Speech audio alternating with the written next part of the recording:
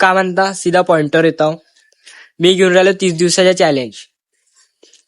30 दिवस लगातार ब्लॉगिंग. आणखी 30 दिवसांनी तुम्हाला अशा जागेवर नेऊन ठेवीन का हद नाही.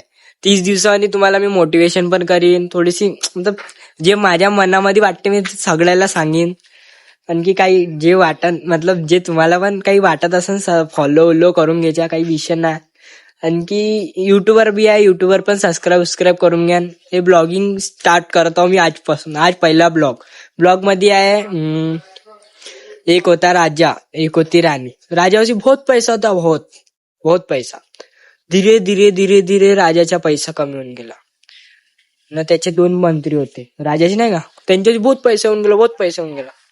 तर मंत्री मतलब राणीने नाही का मंत्री अशी गेली. 2 मंत्री होते ना, ते राणीनं मला का राजा चेंज करून घेतला, मंत्री अशी चालली गेले.